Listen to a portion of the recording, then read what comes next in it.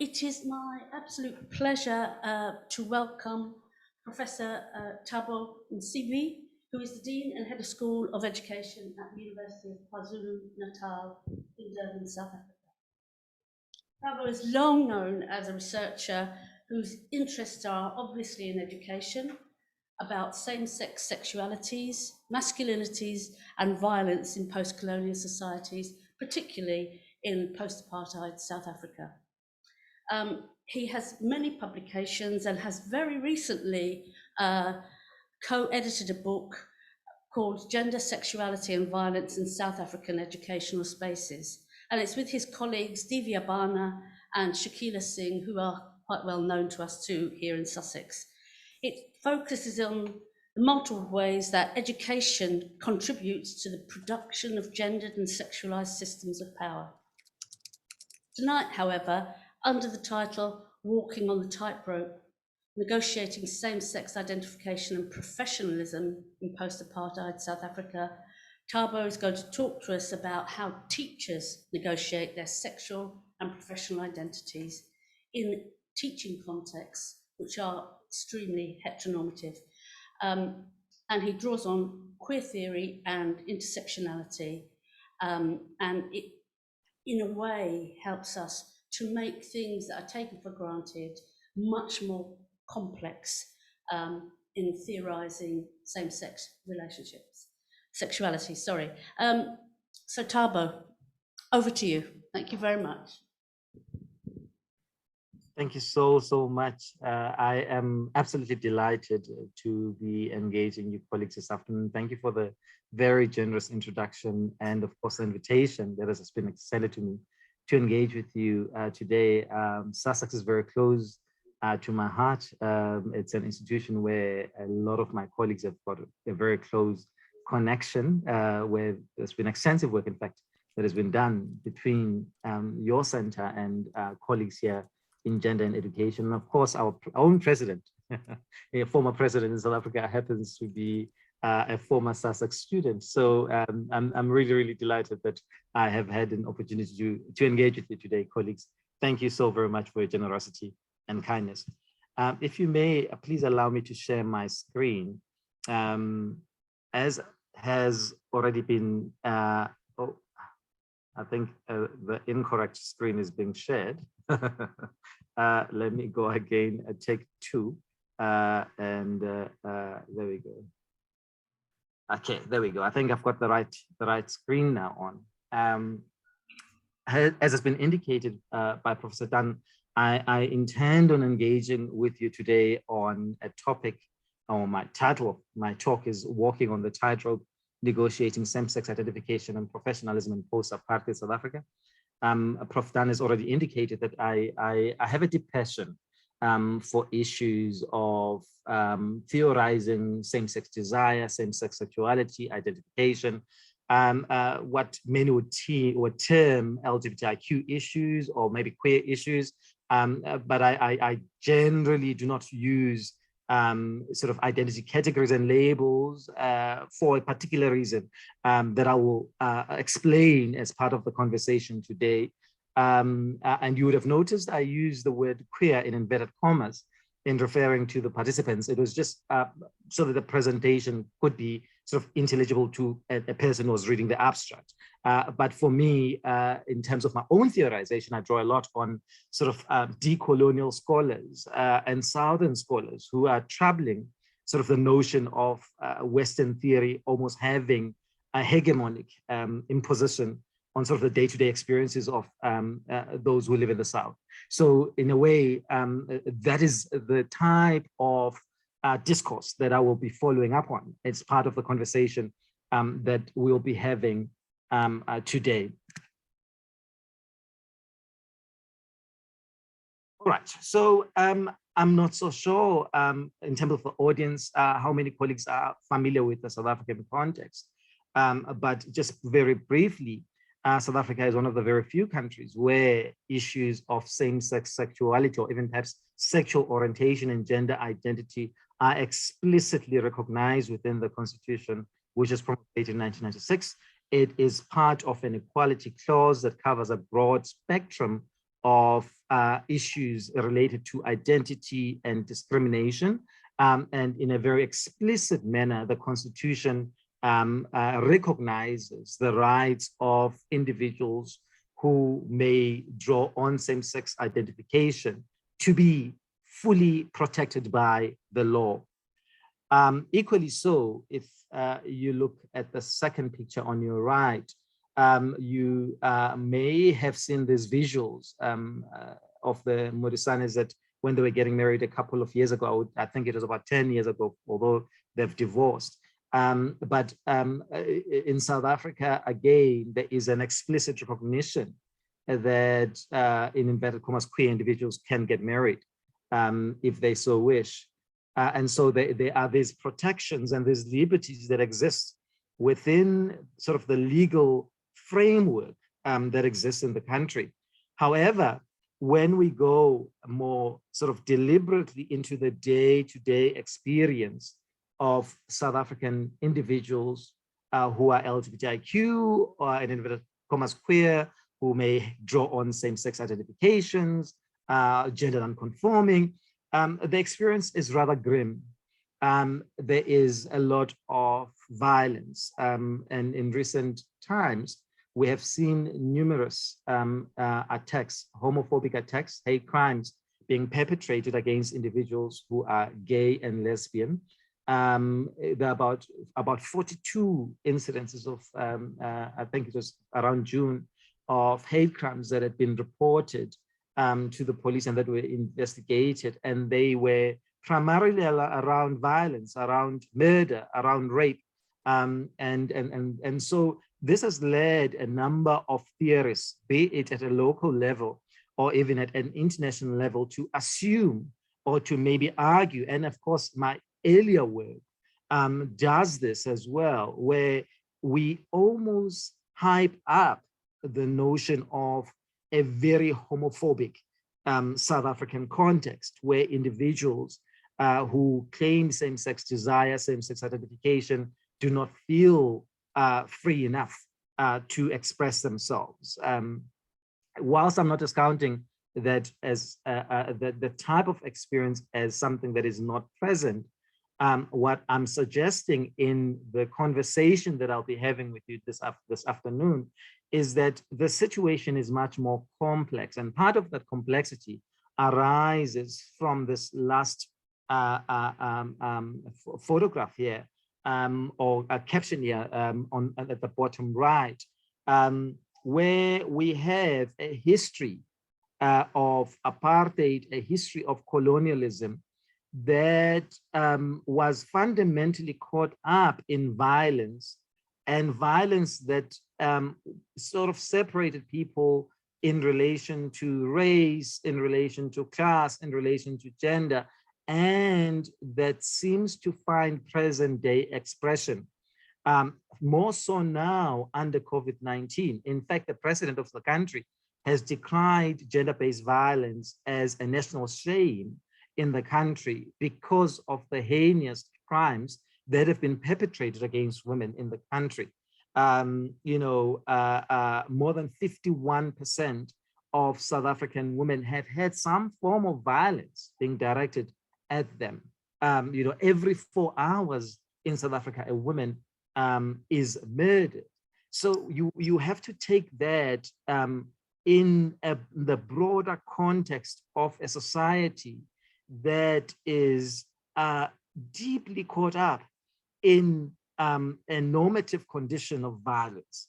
And I think that we as we start to deliberate on the experiences of teachers within the context, teachers who are engaging in same-sex relations, who claim LGBTIQ identities, who are queer, we have to bear in mind the presence and a lingering presence at that of violence within South Africa. So if we look at the experiences of teachers who engage in same-sex relations internationally, we know that these teachers largely experience marginalization in schools. And there has been clear theorization from a number of scholars in Europe, in America, in Australia, and other parts of the world, where it's very clear that at the center of a performative experience of teaching, for these teachers lies an identity management strategy that ensures that they are respected within their professional spaces. And part of the reason, David Epstein and Johnson would argue that it's because schools are key production sites for heterosexuality, and this relates both to teachers as well as learners. There is an expectation that teachers go into schools to deliver a curriculum that is neutral, that is devoid of any sort of social issues that may be present in their communities, but that is just neutral, objective, and factual. And Bell Hooks argues that often, there is this separation that teachers, and in the context of a book, Teaching to Transgress, just speaks about professors, where one has to sort of separate the private from the public. And so there is this assumption of an asexual teacher that enters the teaching space. So in this paper, I will try and find out and engage with you in a process of trying to theorize out as to how Black male teachers in South Africa from rural and township context sort of negotiate and manage their identities in a context that has rigid forms of patriarchy and violence that are firmly established in the culture of the society. So I indicated at the start of this presentation that I will not be using identity labels, LGBTIQ+, or even queer.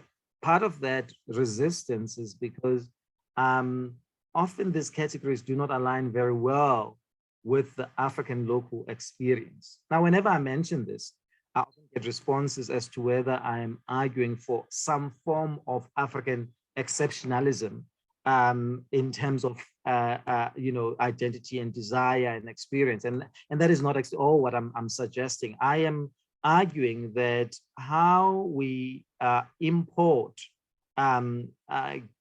identity labels, identity categories, or even how they find a transnational meaning differs from one context to the next.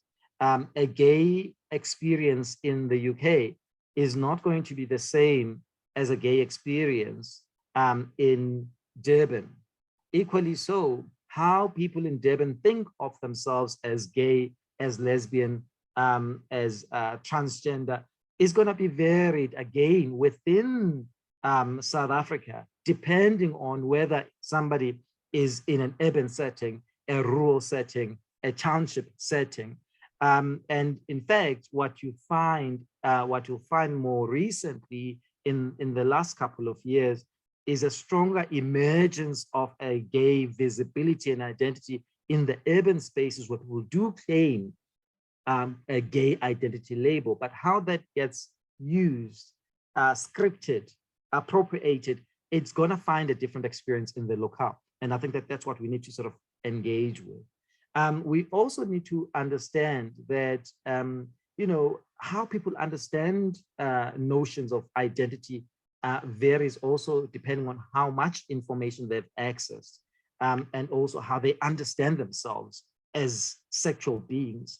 And so I advocate for the use of a more general term, which is individuals who engage in same-sex relations, not to discount the importance of visibility or even identity construction and meaning, but rather to suggest that it is much more complex, and we need to acknowledge its complexity for the local South African context. Of course, we know queer theory does trouble the location of categories and the way that they are conceptualized. However, again, queer theory is only accessible to a particular grouping of people who have particular access to resources and sort of meaning-making processes. And so we have to acknowledge, again, that dynamic.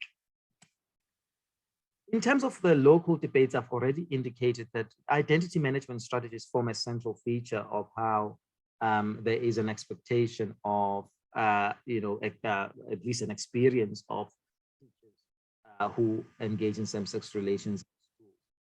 Pat Griffin's very authoritative work that was done close to 30 years ago is still as relevant today as it was back then. Her argument is that basically teachers identify or adopt 4 strategies of managing their identities in schools. They either pass, or they cover up, or they suggest an implicitly out disposition, or they are explicitly out. I beg your pardon, I forgot to mention, and I didn't mention to the group that I have an environmentally friendly office. So I've just moved to get my lights back on. So if I sit for too long, the lights go off. It's just the nature of the office, I'm afraid. My apologies. So I was saying that, Pat Griffin's work is as important as it was back 30 years ago. We know that presently, as I've already indicated, the experiences of teachers who claim same-sex identification in Western schools are grim. Of course, there has been work that has suggested that there are a lot of possibilities, that there's a lot of action, there's a lot of resistance, but generally teachers still exist under the guise, or perhaps or are constantly under the pressure of trying to manage their identities because they want to be part of the schooling system as professionals, and they have to enjoy the respect that all professionals enjoy.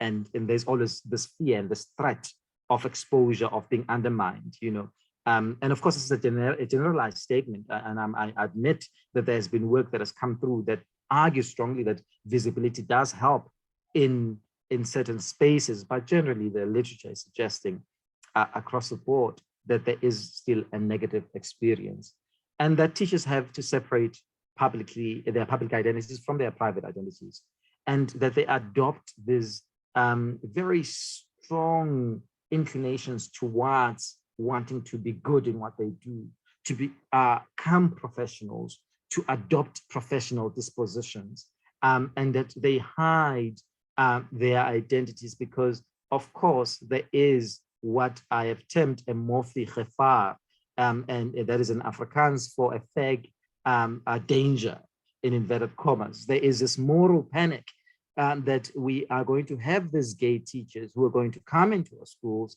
and who have got this very contagious disease that is going to spread not only to our fellow teachers, but also to the poor children who need to be protected. So there is always this moral panic about how to protect our children from this dangerous individual. And in the same way, we've seen sort of similar tactics with critical race theory in the US, where there is this reaction about, my goodness, there's this dangerous knowledge that is coming through into our schools. We must safeguard our children. It is in that same sense of moral panic that there's this almost pretense that the schools are exclusively heterosexual and asexual for that matter. So a scholar that has been very powerful in terms of understanding how sexuality intersects with race is Brockenberg, who looks at the closet not just as an abject social position, but rather that the acts of passing or the closet itself may offer some mediated forms of resistance that help and enable teachers to be able to fight back and to resist these tensions of being sidelined or being placed at the mercy of sort of a heteronormative order within schools. In South Africa, there's been work that has been done on academics in higher education, on youth, on textbooks as it pertains to same-sex issues, but not so much in terms of teachers, and that's why I do not believe that I need to go into great detail in explaining what queer theory is. I believe this audience is familiar with queer theory, and in fact, some in this audience would be pushing me to move beyond queer theory because the theory within within in inverted queer scholarship is really advancing. But basically notions of fluidity and a move away from categories is what is being advanced in this work. I also draw on intersectionality, informed by Kimberly Crenshaw's work, to look at how race, class, gender, experience, and context sort of shape experience. Fundamentally, I argue, and throughout all the work that you'll read that I write, you'll see this context matters. We cannot have universalizing notions of what experience is across the board. We must understand the peculiarities that are presented by a local experience in relation to discrimination, prejudice, and identity. And of course, I've already indicated that a lot of my work draws on decolonial and Southern theories. I don't need to go any further in explaining that. If one does this type of work, it is absolutely critical. And I know for sure in Lebo Moletsane's presentation that she would have done a couple of weeks ago, she would have emphasized this point, that we are very conscious of ourselves as academics and as researchers if we go into the spaces to do research, because we understand that people function in positions of vulnerability. And so, and vulnerability and threat, I beg your pardon, not just vulnerability, but vulnerability and threat. So issues of access to the participants become particularly more critical. And so, you know, when we do this type of work, reflexivity takes a very important role, or plays a very important role, because the participants in the study become the central drivers of the data generated and meaning making, and also their own experiences, the notions of safety become prioritized. The study was a life history study because I wanted to have an in-depth understanding of the histories of the participants, and also to enable them to share with me some of the powerful stories that they had, which many of them they had not told to a single soul. So the process became very cathartic and very emotional and draining psychologically, because there would be a lot of crying. We spent significant amount of time, 2 to 3 hours for each individual interview, 4 to 8 sessions with each participant, looking at their histories, looking at their environment, looking at their professional spaces, exploring their full experience. And I used in-depth interviews, grounded conversations, where the issue of power became a very critically conscious matter for me, or that I had to sort of keep at the back of my mind at all times, because the conversations I had to, at least from where I was standing, be driven by the stories of the participants themselves. The work was done in South Africa, as I've already indicated, this country and the southern part of Africa. I am located on the east coast of the country, and that is where the study was conducted, in the province of KwaZulu-Natal. And the participants were mainly on the coastal side of the province. I didn't go inland for logistical reasons, and also because the access to participants was a big challenge. Just to say, I had potentially 20 or more individuals that could have participated in the study, but because of the fear and this feeling of threat, they decided not to participate, and I ended up having 8. So it just tells you about the tensions that the participants felt. There were 3 main areas that emerged in the study. The first one, which I've already alluded to in the literature that was leading up to this, was that there was a clear separation of the public private identities. And this was done with a view of obtaining respectability, which was a critical factor for these men. Part of a central feature of Zulu masculinity is this notion that a man has to be respected and a man must have respectability within society. And you will then see this permeating theme across most of the captions that I'll present to you today, because it mattered for these participants, how they were perceived by others, how they were perceived by society, and the fundamental core was they wanted to be respected. All of them were not out, in inverted commas. 2 had shared some information about their identity to their close friends, but they had not disclosed to the general public as to their sexualities. And in fact, I use disclose quite in a very qualified manner again, because I don't think there is a responsibility to disclose, but rather, to just give you context of what was happening in the study, I'm using that word.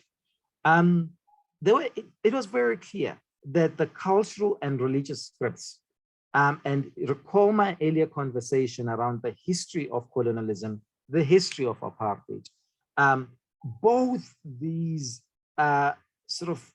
toxic institutions played themselves in very rigid ways, in the ways in which these participants saw themselves as individuals and how they made meaning of their lives. So the cultural script, for example, and also the religious script, does not or do not promote a public affection or a demonstration of public affection. And you'll see in one of the captions where the participants flag that it's not normal for us to be publicly affectionate. Respectability was about protecting the family name. And there's been a lot of, if you look at scholars, Mark Epprecht and a number of others, Sylvia Tamale's work, a number of scholars who've done work on sexualities in Africa will tell you that there is this desire for individuals to protect the family name. And in particular, in this case, these men were Zulu men, and they felt strongly that they had to keep the family protected. And so they had to do what was acceptable in society in order for them to be accepted. And that meant that there had to be a distinction between their professional lives and their private lives as individuals who engage in same-sex relations. Sexuality was therefore a private matter, and this was driven by homophobia. I invite you to look at this caption from Senzo, who, one of the participants, was relaying as to why he had not disclosed his sexuality. He says, it's just that I grew up in a place that even if it's a boy and a girl and are dating, you don't just display public affection. You should respect people. Note that. So you notice that the lack of display of public affection is due to the fact that you have to respect people. You're respecting people by not showing public display. I grew up in a place where when people loved each other, they would show that they love each other in a respectable way. Again, what does a respectable way mean? It means I must not be seen publicly to be affectionate. That is deemed to be respectable. And that will be accepted by society. I think it works for me. I'm accepted and respected by society. I have never had people talk bad. You will note, colleagues, in the various captions that I'll present, the issue of being accepted by society is strongly implied throughout. And the issue of people talking is, again, another matter that is repeated time in, time out, where there is this feeling that we don't want people to talk badly of us because that impacts on the respect that we have earned in society. I want to suggest that the idea that sexuality is a private matter comes very clearly to the fore in this caption. It is clear that culture, particularly the need for respectability, played an instructional role in the decision-making and indeed the censorship that we see here. For Senzo, presenting one's sexuality in the public space, particularly in a professional environment, was undesirable as it would affect how he was viewed by others. You note, he says, I don't want people to talk bad. And this is a critical feature of Zulu masculinity. Divya Bana has argued this along with Claudia Mitchell and Nadine de Lange. They've argued that it is central as a feature. So their responses are mediated through an intersectional lens of race, of gender, of culture, and of context. Remaining in the closet is simply not about protecting one's reputation professionally, but also about protecting one's sense of belonging within the society. And it's built up on this very strong fundamental communal systems that exist within the society. I want to argue also that there was this fear of homophobia that accompanied the responses from the participants. Panelists says that my experience of sexual identity with my professional identity, those are two different things. Like, I did not tell any educator to say, listen, you are talking to someone who is very different to you. The reason for that is that educators are also members of society. They have their own social construction of gay people. They have their own way of dealing with them. They talk. They are homophobic. Others use the name stabane, which is faggot in isiZulu, to refer to gay people. There's a lot of discrimination in the workplace. And as a professional, I know there's a private life and a public life. So I treat the work situation as a public life. I'm there as a gay man and also as an academic figure in this field. I must accept that they look at me as a male teacher who's inverted heterosexual than a gay teacher.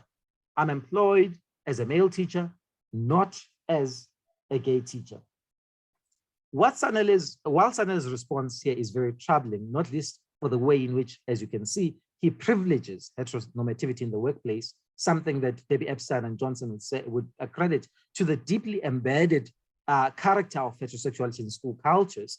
It nevertheless sheds some light into some of the reasons the interviewed teachers some of the reasons for the interviewed teachers' relegation of their same-sex identities to the private space. Teachers often fear homophobia. Sanele fears being discriminated against in the workplace and thus chooses to separate his sexual identity from his professional identity.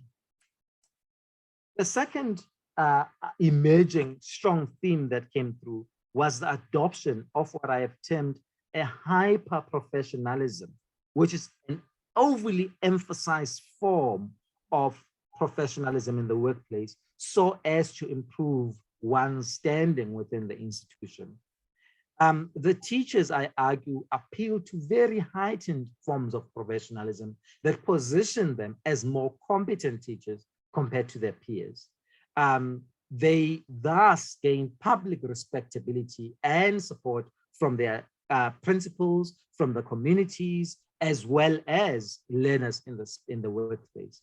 So the type of professionalism was enacted through exceptional performance of duties. Colleagues, I'm talking about individuals who were administratively superb, who were diligent, who drove the school agenda on, for example, extracurricular activities, even though they were located in rural areas.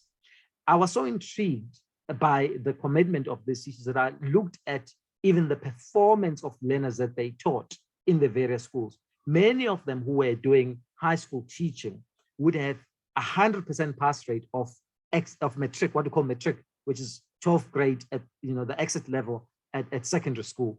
They would have 100% pass in schools that would have 30% pass rate, signaling just how competent they were as teachers. They assumed leadership positions in schools, and they led the schools in many regards. So in a way, power was productively constituted. It is because of this productivity, this heightened performance of professionalism that they became extremely powerful in their schools. So through that power, they were not only able not to distance themselves from kids who are gay and lesbian, but they were able to even teach the curriculum on same issues of homosexuality. I want to capture Lange's sentiments here. Lange says, I've noticed that my colleagues are not capable. I'm a professional. Nothing in my school happens without my approval. People know that I have influence. They want my opinion. I think if they knew that I'm gay, they would say, well, Ish, this Tabane, he talks too much. You can tell, colleagues, from just the casual manner in which he responds to how people would react to him, them finding out that he's gay, that, well, it would not be a major issue because I yield so much power and influence in the school. It's clear that Lange's response is driven by the fact that he holds considerable power and influence. The influence was similarly evident across a majority of the participants, who assured me that they were invaluable in their schools due to their professionalism and also their hard work. As such, they could not even be harmed if the school were to find out about their same-sex sexualities. So we know that internationally similar work has been sort of theorized, and there have been similar findings. However, what is ironic and quite interesting about this finding is that in the South African context, the debilitating history of apartheid that was designed to exclude and marginalize African people while silencing their sexuality is precisely what now affords these teachers a means of escaping homophobia and accruing power in their schools. And it's the majority of them, as I indicated, colleagues, were in extremely, extremely powerful positions. I would also like to invite you to look at Musa's response. He says, I've not seen a need to do so when I asked him why he has not declared his sexuality. I've not seen a need to do so. What I'd rather do if the topic about gay people comes up and they, the learners, are very mean and bad, I always defend gay people because I am gay too. I don't care who knows and who doesn't. Even if people know, I wouldn't mind. Again, I'm exempted because even if I knew I was gay, maybe if they knew I was gay, maybe they would talk and things like that. Note again this issue of talking. We're concerned about people talking, right? But to me, I don't think the respect and things will go away. So the power that these men are afforded in society gives them considerable influence. And there may be, some of you are wondering at this stage, whether I'm not contradicting myself on the basis of my earlier indications that I don't use categories. These participants are using gay, the LGBTI sort of categories. So why are you not using them? The reason, simple reason being, many of these participants, even though they would say that they were gay, they were giving contradictory messages. For example, many of them were married or with girlfriends or are interested in being in relationships with women. And so the positioning of being gay took on quite a contradictory and sort of complex a response. Musa's extract here captures the essence of some of the passing acts employed by the teachers in the study. And I'm suggesting that the teachers employ very creative ways of passing. The adoption of a highly professional stance and the constitution of themselves as competent teachers afforded the participants the power to act transgressively. It enabled them to teach about same-sex issues and in many ways to even signal their same-sex identities through adopting activist stances, as you can see from Musa. It also enabled the participants to assume ambiguous social positions. These teachers see themselves as not being out of the closet, while simultaneously not being in the closet. As Lange noted, they, which is the learners, see me as a serious teacher who likes his work. I'm not in the closet and I'm not out either. So the performance of this hyper-professionalism allows for transgression. It enables these teachers to teach about same-sex issues, to signal their identities, and at times to even direct the school in terms of the direction that they should be going. But this is only successful. This type of passing and hyper-professionalism is only successful, one, if heterosexuality is not in threat, or if also they are not threatening to the management, the principals in the schools they are located in, which are predominantly dysfunctional. I invite you colleagues to look at the book that I wrote, the full book around this, because I go into great detail here. And also there's a paper that is entitled Push Out, where I show how sort of management regimes push out these teachers. And I want to just show you a caption of how this happens in schools. This is from Langa, sorry, I beg your pardon, Sanele, who says, I changed schools more than 6 times. In another school, you know, the principal had been very harsh against me. He had his own reasons why he hated me. One day he told me that I'm not a man, so I don't qualify to speak with him. Note, simply because one is gay, it means you are no longer a man. You cannot claim your Zulu masculinity. It then shows why these men are so tied up in this idea of respectability and this projection of hyper-professionalism. I was very much insecure in the school, and the principal was very harsh against me. And so I decided not to continue teaching in the school. Colleagues, I'm suggesting here that excellence and professionals are only useful as strategies when same-sex identifying men are needed in their context. Neri points out that the enactment of professionalism in this manner represents a fragile legitimacy. Recognition and legitimacy are only granted when correct behavior is performed. The risk of one being shown up substantially increases should the performance not be viewed as correct. It was thus not surprising that in school contexts where teachers were not needed, homophobia emerged in very explicit ways. The most evident is in Sanele's response, which I capture here. Although he's highly competent himself, his principal did not view him as man enough due to his sexuality. In order for Sanele to protect himself, he was forced to then leave. And in fact, Sanele referred to a number of teachers who leave as school hoppers because they move from one school to the next due to the threat that is presented by the principals and the community.